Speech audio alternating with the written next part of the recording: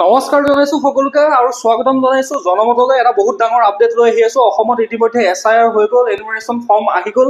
কেনেধৰণে কি fill up কৰিব লাগিব এখন ফৰ্মখন দেখিছে, কি ডকুমেণ্টছৰ আপোনাক প্ৰয়োজন হ'ব, কোন আপোনালোকৰ ঘৰত যাব, কোনে কি ডকুমেণ্টছ বিচাৰিব, কেনেধৰণে কি কৰিব লাগিব, গোটেই প্ৰক্ৰিয়াটো কমপ্লিট ডিটেইলছত সম্পূৰ্ণ পুংখানুপুংখভাৱে মই আপোনাক জনাই আছো। সেইখিনি জানিবৰ কাৰণে আপুনি ভিডিঅ'টো স্কিপ কৰিলে একো বুজি নাপাব। ইতিমধ্যে অসমত SIR প্ৰক্ৰিয়া আৰম্ভ হৈ গৈছে, অফিচিয়েলি নহ'লেও লাহে লাহে সেই কামবিলাক হৈ গৈছে। এতিয়া খবৰ পোৱা মতে হোজাই দবকা যিবিলাক অঞ্চল আছে সেই অঞ্চলবিলাকত ইতিমধ্যে তেনেকুৱা ধৰণৰ কামবিলাক আৰম্ভ হৈ গৈছে, নিউজত সেইবিলাক খবৰ আহিছে। সেইকাৰণে ভিডিঅ'টো স্কিপ নকৰিব। যিসকলে ভিডিঅ'টো স্কিপ কৰে তেওঁলোকে বহুত ডাঙৰ এটা মিছ কৰিব গৈ আছে। ঠিক আছে, ভিডিঅ'টো কমপ্লিট চাওক। আপোনালোকৰ এই ভিডিঅ'টো খুব বেছি 20 মিনিটৰ ভিডিঅ' এটা হ'ব। 20 মিনিটৰ ভিডিঅ'টো চালে আপুনি আপোনাৰ সেই ভোট দিয়াৰ যিটো অধিকাৰ, আপোনাৰ প্ৰতিখন কাগজৰ যিটো প্ৰয়োজন, আপোনাৰ সেই ঘণ্টা বাচি যাব। ঠিক আছে, সেই ঘণ্টা বচাবৰ কাৰণে এই 20 মিনিটটো ইয়াত সময় দিয়ক। তেতিয়া আপুনি ঘৰতে বহি গোটেই ডকুমেণ্টছখিনি ক্লিয়াৰ হৈ যাব। আৰু এইখিনি ভিডিঅ' ইমান ভালকে মই বুজাম, ভালকে বুজোৱাৰ পিছত যদি আপুনি মোৰ চেনেলটো ছাবস্ক্ৰাইব নকৰে তেতিয়াহ'লে মোৰ মনটো ভাল নালাগিবতো। মোৰ চেনেলটো ছাবস্ক্ৰাইব কৰি লওক আৰু ভিডিঅ'টো যদি ভাল পায় এটা লাইক কৰিব। ঠিক আছে, প্ৰথমৰ পৰা গোটেই কথাখিনি বুজি যাওক। মই আগতে এটা ভিডিঅ' বনাইছো SIR ৰ ওপৰত, অসমৰ SIR প্ৰক্ৰিয়া আৰম্ভ হোৱাৰ সেই গোটেই ভিডিঅ'টো বনাইছো। তাত 3 লাখৰো অধিক মানুহে চাইছে। যিসকলৰ ইয়াত কিবা কনফিউজ থাকে সেই ভিডিঅ'টো আপোনালোকে চাই ল'ব পাৰে। সেইটোতো কমপ্লিট ডিটেইলছত দিয়া হৈছে। এইটো এটা নেক্সট পেজ হয়।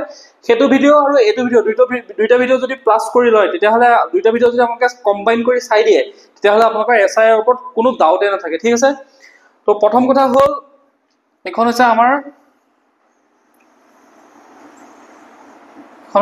অসমখন।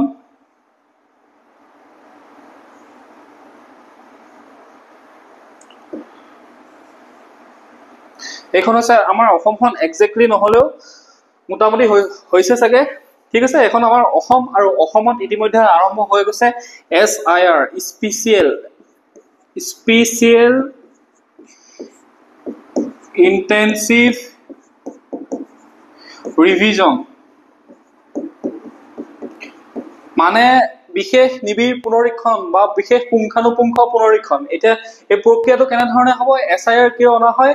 SIR অনা হয় এটা কাৰণে, SIR ইলেকশ্যন কমিশনে অৰ্থাৎ ভাৰতৰ নিৰ্বাচন আয়োগ, আমাৰ ভাৰতৰ নিৰ্বাচন আয়োগ, লগতে সংবিধানৰ 326 326 অনুচ্ছেদত আৰু representation of the people act, এখন আইন আছে representation of the people act 1950, আৰু ইলেকশ্যন কমিশনৰ যিটো আমাৰ সংবিধানত কোৱা হৈছে প্ৰতি 20 বছৰ 10 বছৰ সেইটো ইলেকশ্যন কমিশনে নিৰ্ধাৰণ কৰিব। তাৰ মূৰে মূৰে এখন ভোটাৰ পৰীক্ষা কৰা এখন লিষ্ট লৈ আহে, ভোটাৰ পৰীক্ষণ লিষ্ট লৈ আহে, যাতে যিসকল যোগ্য ভোটাৰ মানে তেওঁলোকে ভোট সাব্যস্ত কৰাৰ তেওঁলোকৰ অধিকাৰ পাবলৈ সক্ষম হৈছে, বা যাৰ 18 বছৰ কমপ্লিট হৈছে ভোট দিব লাগে, আৰু যিসকল ধৰি লওক কাৰোবাৰ মৃত্যু হৈ যায় 20 বছৰত, কোনোবা নতুনকৈ ভোট দিব পাৰে, কোনোবা ফেক ভোটাৰ নাম সোমোৱাই লয়, বা অন্যান্য অবৈধ কিছুমান গণ্ডগোল চলে, সেই গণ্ডগোলবিলাক নাইকিয়া কৰিবৰ কাৰণে যাতে প্ৰকৃত ভোটাৰজনেহে ভোট দি পেলাই এজন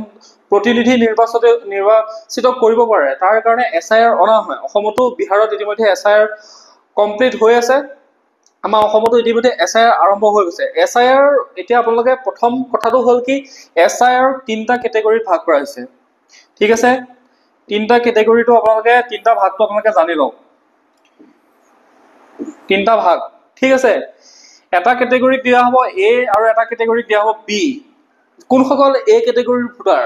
যিসকল ভোটাৰে 2005 চনৰ ভোটাৰ লিষ্টখনত নাম আছে সেইসকল হৈছে A কেটেগৰীৰ ভোটাৰ। সেই ভোটাৰসকলক কি বুলি কোৱা হ'ব? A কেটেগৰীৰ ভোটাৰ। তেওঁলোকে বিশেষ এখন ডকুমেণ্টছ দিয়ে তেওঁলোকৰ নাম ভোটাৰ লিষ্টত সোমাই যাব। কাৰণটো হৈছে কি, 2005 চনৰ যিখন ভোটাৰ তালিকা আছিলে সেই ভোটাৰ তালিকাখন নিৰ্বাচন আয়োগে অতি শুদ্ধভাৱে তেওঁলোকে যিহেতু তৈয়াৰ কৰিছিলে, সেইকাৰণে তাৰ ওপৰত ভিত্তি কৰি পেলাই A কেটেগৰীৰ ভোটাৰখিনি যোনসকল 2005 চনত আছে। কোনসকল B কেটেগৰীৰ ভোটাৰ?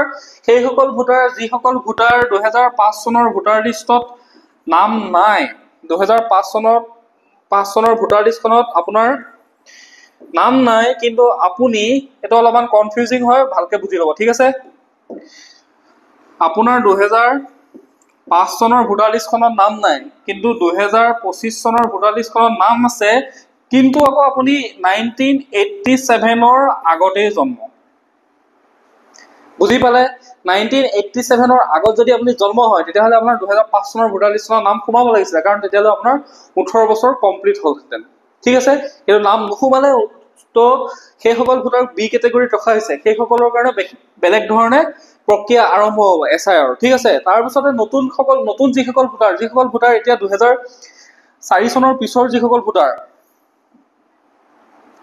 2004 চনত জন্মগ্ৰহণ কৰা যিসকল ভোটাৰ, 2004 চনৰ পিছত জন্মগ্ৰহণ কৰা যিসকল ভোটাৰ, তেওঁলোকৰ কাৰণেও বিশেষ ধৰণে তেওঁলোকৰ নাম সোমোৱা হ'ব। তাৰ লগতে যিসকল 1987 চনৰ পৰা 2004 চনৰ ভিতৰত যিসকল জন্ম হৈছে তেওঁলোকৰ কাৰণেও SIR হ'ব। এতিয়া গম পালে, যিসকলৰ 2005 চনৰ ভোটাৰ লিষ্টত নাম আছিলে তেওঁলোকৰ চিন্তা কৰিবলগীয়া তেনেকুৱা বিশেষ একো নাই। তেওঁলোকক SIR অৰ্থাৎ নিৰ্বাচন আয়োগে যেনে ধৰণৰ ডকুমেণ্টছ বিচাৰে, এতিয়া 11খন ডকুমেণ্টছ দিছে। এই 1, 2, 3, 4, 11খন ডকুমেণ্টছ দেখিছেনে? মই এইখিনি অসমীয়াটো আপোনালোকক দেখাই আছো, ধুনীয়াকৈ অনুবাদ কৰি দিছো, অসমীয়াটো দেখাম মই। তো আপোনালোকে ভিডিঅ'টো কমপ্লিট চাওক, আৰু ভিডিঅ'টো ভাল পায় যদি এটা লাইক কৰিব, আৰু আপোনালোকে কমেণ্টত লিখিব পাৰে।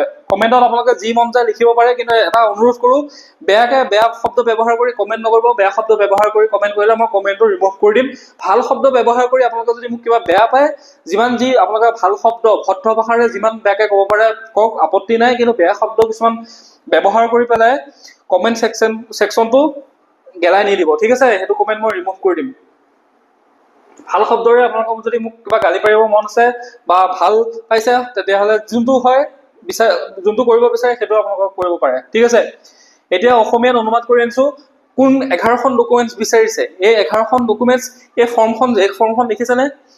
এই ফৰ্মখনত 11খন ডকুমেণ্টছৰ ভিতৰত আপুনি ফিল আপ কৰিব লাগিব। ইয়াত দেখিছে আপোনালোকে, I was born in India before 01/07/1987. I was born in India between 01/07/1987 and 2004 চনৰ পৰা 1987 চনৰ ভিতৰত মোৰ জন্ম। তেনেকে তাৰপিছত আছে 2004 চনৰ পিছত মোৰ জন্ম হৈছিল। তো সেইসকলৰ কাৰণে কেনেধৰণে কি হ'ব গোটেই প্ৰক্ৰিয়াটো বুজাই আছো। প্ৰক্ৰিয়াটো বুজিব হ'লে মোক অকণ সময় দিব লাগিব। মই এইটো আপোনালোকক এতিয়া এই গোটেইখিনি ইমান এটা ডাঙৰ কনচেপ্টটো মই আপোনালোকক 20 মিনিট 22 মিনিটৰ ভিতৰত বুজাব চেষ্টা কৰি আছো। তো আপোনালোকে অকণমান সময় দিব লাগিব, অধৈৰ্য হৈ নাযাব। অধৈৰ্য হৈ গ'লে আপোনালোকে মোক এতিয়া কিছুমান কথা মই বাৰে ৰিপিট কৰি থাকিম, মানে এটা শব্দকে 3, 4, 5 বাৰকৈ কৈ যাম। আপোনালোকে বিৰক্তি হৈ নাযাব যে কি এটা শব্দকে বাৰে কৈ আছে। সেইটো সকলোৱে বুজি পাব লাগিব। আপুনিও সোনকালে বুজি পায়, কিন্তু বেলেগ এজন মানুহে বুজি নাপাবও পাৰে। তো তেওঁৰ কাৰণে, প্ৰতিজনৰ কাৰণে এই ভিডিঅ'টো বনোৱা হৈছে। তো প্ৰতিজনে যাতে বুজি পায়, প্ৰতিজনৰ কাৰণে সেই কথাখিনি আনিছো।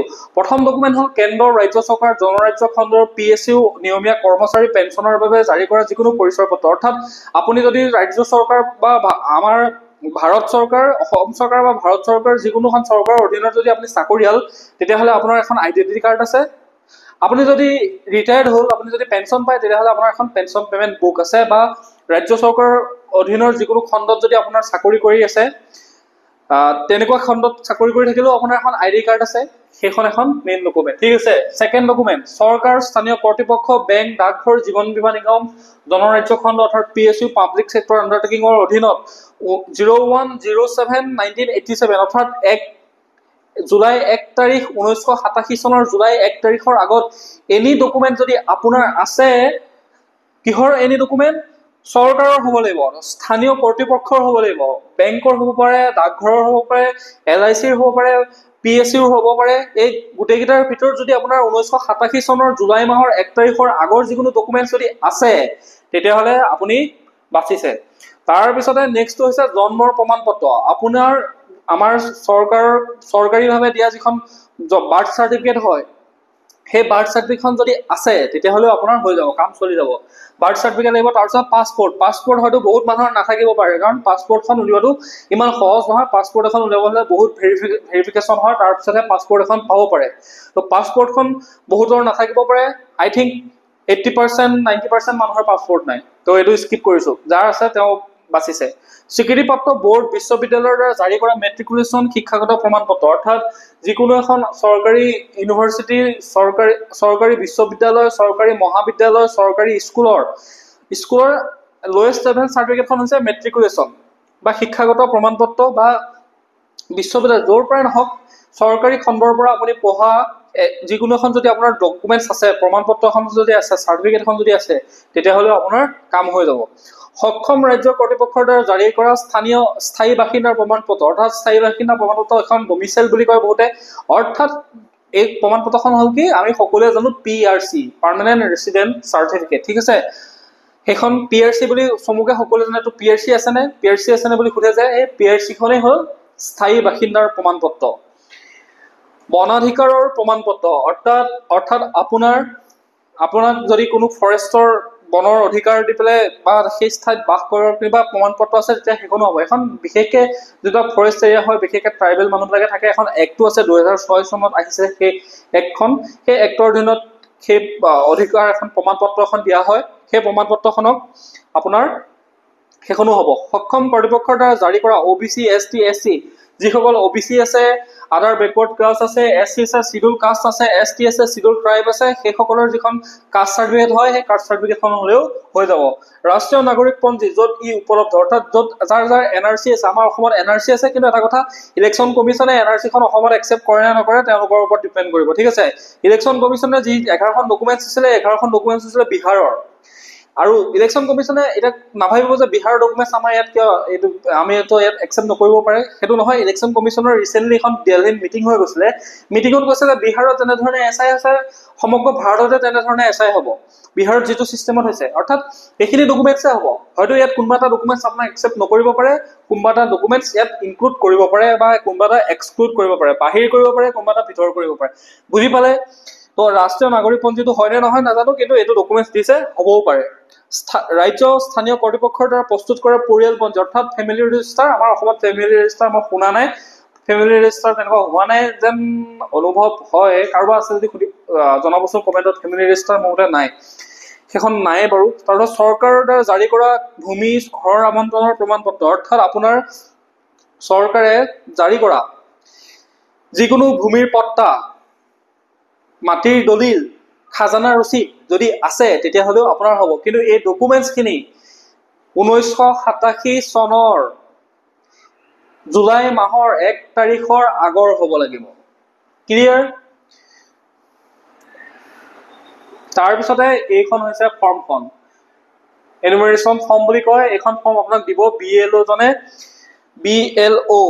BLO মানে হৈছে, এক ছেকেণ্ড ৰ'ব, মই আপোনাক বস্তুটো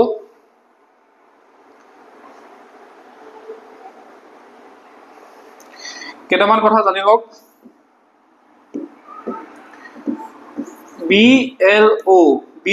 BLO বুলি চমুকে ক'ব, BLO মানে হৈছে বুথ লেভেল অফিচাৰ, এইসকলক ইতিমধ্যে ট্ৰেইনিং দি আছে। এই অফিচাৰ বুলি ক'ব পাৰে বা এজেণ্ট বুলিও ক'ব পাৰে, ঠিক আছে। BLA বুলিও ক'ব পাৰে, BLO বুলিও ক'ব পাৰে, এই অফিচাৰসকল আপোনাৰ ঘৰত আহিব। তাৰপিছতে নেক্সট হৈছে ERO, ইলেক্টৰেল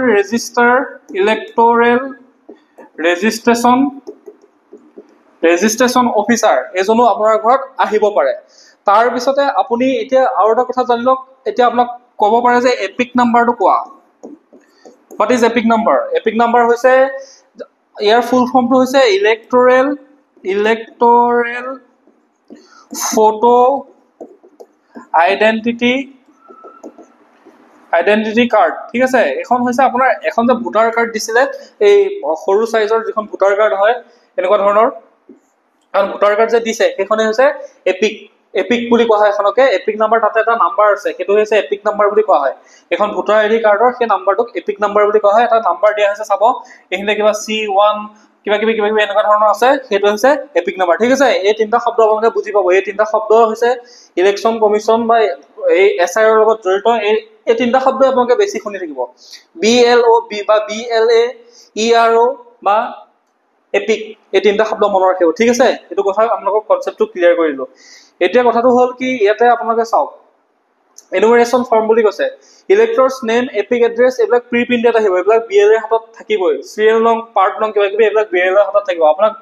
আপোনাৰ অল্ড ফটোখন প্ৰি প্ৰিণ্টেড, আগৰ যিখন ফটো আছিলে ইয়াত লগাব, যোনখন পেষ্ট কাৰেণ্ট ফটো, বৰ্তমান যিখন ফটো ইয়াত লগাব, ডেট অফ বাৰ্থ থাকিব, আধাৰ নম্বৰ দিব লাগিব, অপশ্যনেল হয় এইটো, আধাৰ নম্বৰ একচেপ্ট কৰে নকৰে সেইটো নাজানো, বিহাৰত গণ্ডগোল হৈ আছে, আধাৰ নম্বৰ আইডেন্টি কাৰ্ডৰ কাৰণে একচেপ্ট কৰিব কিন্তু নাগৰিকত্বৰ কাৰণে নহয়। Mobile number, father's legal guardian number, ফাদাৰৰ নাম দিব লাগিব, ফাদাৰৰ যিটো এপিক নং হয় সেইটো দিব লাগিব। মই বুজালো নহয় এপিক নম্বৰ কি হয়, ভালকে বুজি পালে এপিক নম্বৰটো কি হয়। তাৰপিছত মাদাৰ্ছৰ নেম দিব লাগিব, এপিক নম্বৰ দিব লাগিব। স্পাউচ নেম ইফ এপ্লিকেবল, যদি আপুনি বিয়া পাতিছে আপোনাৰ পত্নীৰ নাম দিব লাগিব, এপিক নম্বৰ দিব লাগিব। Declaration, I hereby declare that the best of my knowledge and behalf I am above 18 years of age, ordinary resident of the above the address and a citizen of India.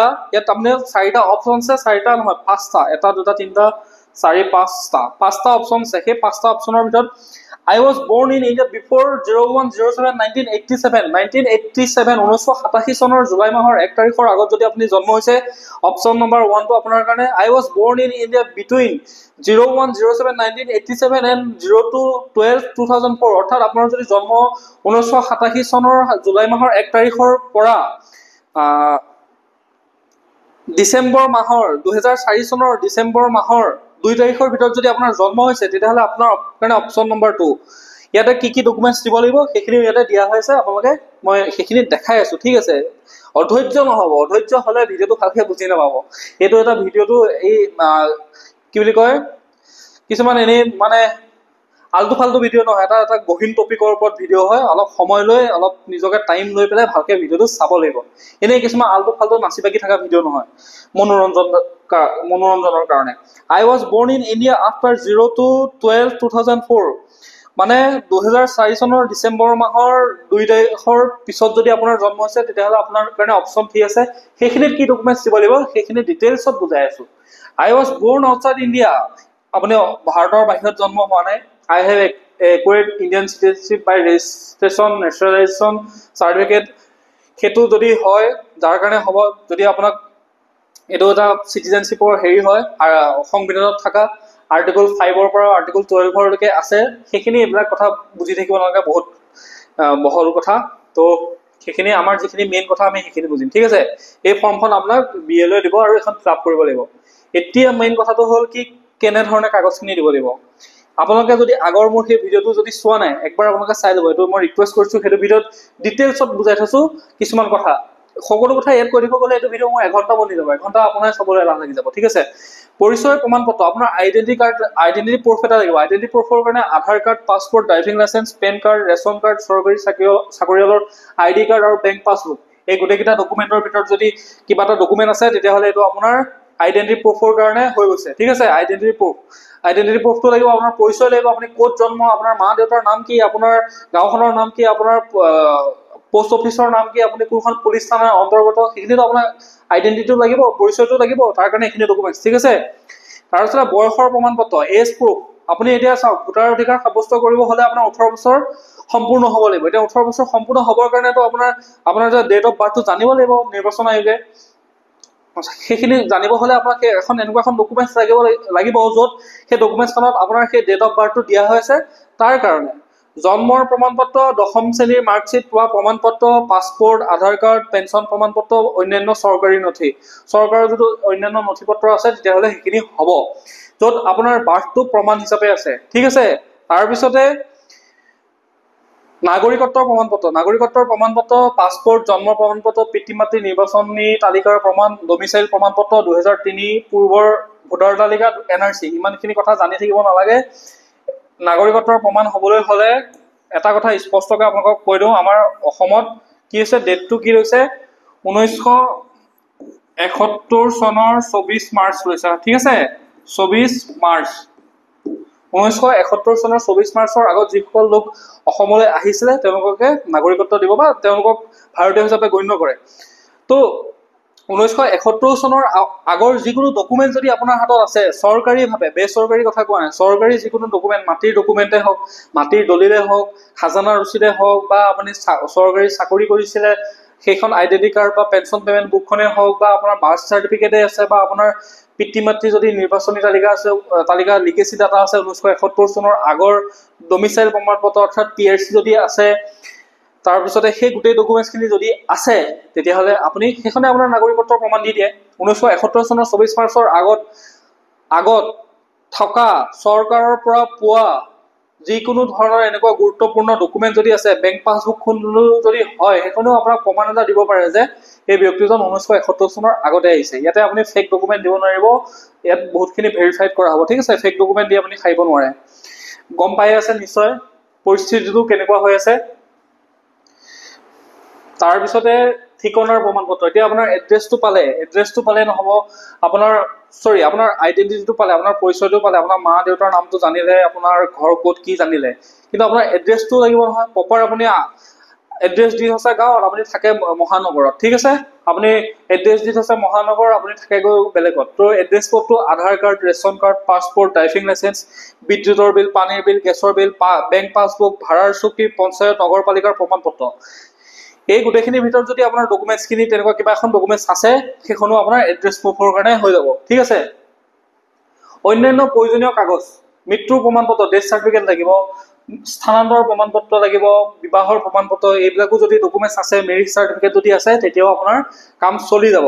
এতিয়া মূল কথাটো হ'ল, আপোনালোকে কথা শেষ হোৱা নাই, জাষ্ট আৰম্ভণিহে হৈছে। মই এইখিনি আপোনালোকক বুজাই ল'লোঁ কথাখিনি। এতিয়া আপোনালোকে ভিডিঅ'টো স্কিপ কৰি নিদিব, গুৰুত্বপূৰ্ণ কথা কেইটামান জানি লওক। এতিয়া কিছুমানৰ ডাউট হ'ব পাৰে যে, ফাৰ্ষ্ট ডাউটটো মই কৈ আছোঁ, 2005 চনৰ ভোটাৰ লিষ্টখনত মোৰ নাম নাই, কিন্তু মই 1987 চনৰ জুলাই মাহৰ আগতে জন্ম হৈছিলোঁ। ক্লিয়াৰ? 2005 চনৰ ভোটাৰ লিষ্টখনত মোৰ নাম নাই, মই কিন্তু 1987 চনৰ জুলাই মাহৰ আগতেই জন্ম হৈছিলোঁ। শুনি লওক, 2005 চনৰ ভোটাৰ লিষ্টখনত মোৰ নাম নাই, 1987 চনৰ জুলাই মাহৰ আগতেই মই জন্ম হৈছিলোঁ। মানে 1987 চনটো কিয় ধৰা হৈছে, আপুনি যদি 1987 চনটো 2005 পৰা মাইনাছ কৰি দিয়ে, তেতিয়া আপোনাৰ 18 বছৰ কমপ্লিট হয়, অৰ্থাৎ আপোনাৰ তেতিয়া নাম নোসোমালে। অকল 1987 চনে নহয়, আপুনি 1970 চনতো যদি জন্ম হৈছে তেতিয়াও হ'ব, 1980 চনতো যদি জন্ম হৈছে তেতিয়াও হ'ব। তেতিয়া যদি আপোনাৰ ডকুমেণ্টছ নাই, তেতিয়া আপুনি কি কৰিব? তেতিয়া ডকুমেণ্টছ থাকিবলৈ হ'লে চাওক, আপোনাৰ বংশ বৃক্ষডাল আছে, আপোনাৰ মাদাৰ ফাদাৰ আছে, আপোনাৰ ককা আছে, আজু ককা আছে, সেই ককা আজু ককা বা মাদাৰ ফাদাৰটো নাম থাকিব 2005ত ভোটাৰ লিষ্টখনত। আপোনাৰ নামটো নোসোমালে কিবা কাৰণত, আপুনি সেইটো টাইমত নামটো ভৰাবৰ কাৰণে সক্ষম নহ'ল কিবা কাৰণত, ঠিক আছে।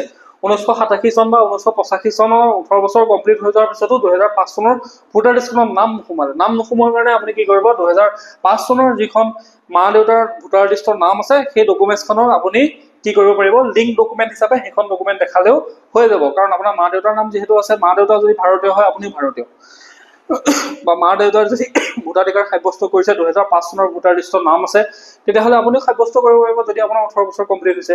তাৰপিছত বাকী যিসকলৰ ডকুমেণ্টছ লাগিব, নতুনকৈ যিসকলক এড কৰা হ'ব, যিসকল নতুন এড হ'ব, বা যিবিলাক মই ক'লো 1987 চনৰ কেটেগৰাইজ ভাগ কৰি দিছোঁ ন আপোনালোকক। এটা হৈছে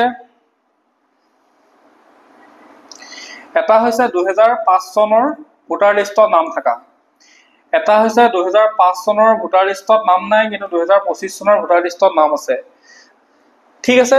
2005 চনৰ যিসকলৰ ভোটাৰ লিষ্টত নাম আছে, তেওঁলোকৰ ইমান প্ৰব্লেম নাই, তেওঁলোকে নিৰ্বাচন আয়োগে যেনে ধৰণৰ ডকুমেণ্টছ বিচাৰে, সেই ডকুমেণ্টছ দিয়ে তেওঁলোকে নাম মানে SIত নাম সোমাব, অন্তৰ্ভুক্ত হ'ব। 2025 চনৰ নাম আছে, কিন্তু 2005 চনৰ নাম নাই, কিন্তু আপোনাৰ তেতিয়া আপুনি জন্ম আকৌ 1987 চনৰ আগত, তেতিয়া আপুনি আপোনাৰ মা দেউতাৰ ডকুমেণ্ট লিংক কৰিব লাগিব, তেনেধৰণে আপুনি প্ৰক্ৰিয়াটো হ'ব পাৰে। তাৰপিছতে নতুন যিসকল আছে, ধৰি লওক 2000 চনত কাৰোবাৰ জন্ম হৈছে, কাৰোবাৰ 2004 চনত জন্ম হৈছে, যিসকলৰ আৰু 18 বছৰ যাৰ হৈছে, তেওঁলোকৰ নাম সোমাব হ'লে তেওঁলোককো চাগে মা দেউতাৰ যিখিনি ডকুমেণ্টছ আছে, 2005 চনৰ ভোটাৰ তালিকা আছে, সেই ডকুমেণ্টছৰ অধীনত আপোনাৰ নামটো সেই লিংক কৰি পেলাই তেনেধৰণে নামটো ভৰাব, ঠিক আছে। এইখিনি হৈছে চৰকাৰীভাৱে এতিয়ালৈকে কোৱা নাই, কিন্তু ইতিমধ্যে যিসকল BLO বুথ লেভেল অফিচাৰ, আৰু ইলেক্টৰেল ৰেজিষ্ট্ৰেশ্যন অফিচাৰ, বা যিসকল ডিষ্ট্ৰিক্ট ইলেকশ্যন অফিচাৰ, এই গোটেই বিষয়ববীয়াসকলক ইতিমধ্যে দিল্লীত ট্ৰেইনিং দিয়া হৈছে, প্ৰধানমন্ত্ৰী অসমলৈ আহিছিলে, অসমলৈ অহাৰ আগদিনাখন এখন গুৰুত্বপূৰ্ণ অসম চৰকাৰৰ অধীনত নহয়, ইলেকশ্যন কমিশ্যনৰ এখন গুৰুত্বপূৰ্ণ বৈঠক অনুষ্ঠিত হয় গুৱাহাটীত। তাৰপিছতে আপোনাৰ দিল্লীত এখন বৈঠক অনুষ্ঠিত হয়। ইতিমধ্যে তেওঁলোকক ট্ৰেইন কৰা হৈছে প্ৰপাৰলি কেনেধৰণে কি কৰিব লাগিব।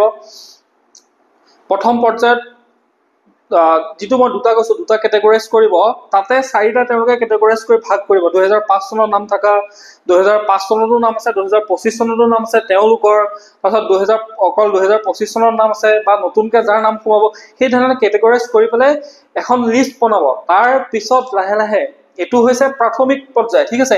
এতিয়া যিসকলৰ নাম ভৰাব এইটো হৈছে প্ৰাথমিক পৰ্যায়। তাৰপিছত ভেৰিফাইড হ'ব। ভেৰিফাইড হোৱাৰ পাছতহে আপুনি প্ৰকৃত ভোটাৰ হয় নে নহয় সেইখিনি হ'ব, ঠিক আছে।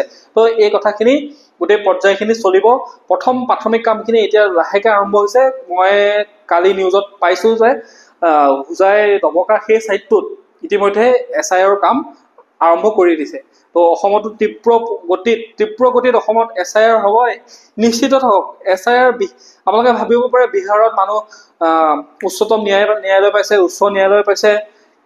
বিহাৰখন অসম নহয়, কিন্তু বিহাৰৰ ছিষ্টেমটো অলপ বেলেগ, আমাৰ অসমৰ ছিষ্টেমো বেলেগ। বিশেষকৈ মই জনসংখ্যাৰ ফালৰ পৰা কথা কৈ আছোঁ। আমাৰ অসমৰ জনসংখ্যা, বিদেশীৰ সমস্যা, প্ৰব্ৰজনকাৰীৰ সমস্যা, অবৈধ নাগৰিকৰ সমস্যা, এনেকুৱা ধৰণৰ বহুত সমস্যা আছে। অসম চুক্তি আছে, ৰিচেণ্টলি এখন এক্ট আনিছে, ইমিগ্ৰেণ্টছ এক্সপালছন ফ্ৰম আছাম 1950, এনেধৰণৰ বহুত কিবা ধৰণৰ ব্যৱস্থা লৈছে চৰকাৰে। তাৰ ফলত ইয়াত SIটো তাতছেও কঠিন যে হ'ব সেইটো নিশ্চিত। কাৰণ আমাৰ ইয়াত অসমত অবৈধ নাগৰিকৰ NRCত 50 লাখ মানুহৰ নাম সোমাইছে বুলি ক'লে, য'ত নেকি 19 লাখৰ নাম NRCয়ে নিজে ডাটা দিছে। তেনেকুৱা ধৰণৰ বহুত কেইটা টপিক আছে। তো অসমত এইখিনি এটা মানে অতি গুৰুত্বপূৰ্ণ বিষয় হয়, আৰু এই পৰ্যায়টো গুৰুত্বপূৰ্ণভাৱে সেইটো চিয়ৰ থাকক। এইটোখন ফৰ্মখন মই আনিছিলোঁ, এনেকুৱা এখন ফৰ্ম আহিব, আপোনালোকে নিশ্চিত থাকক।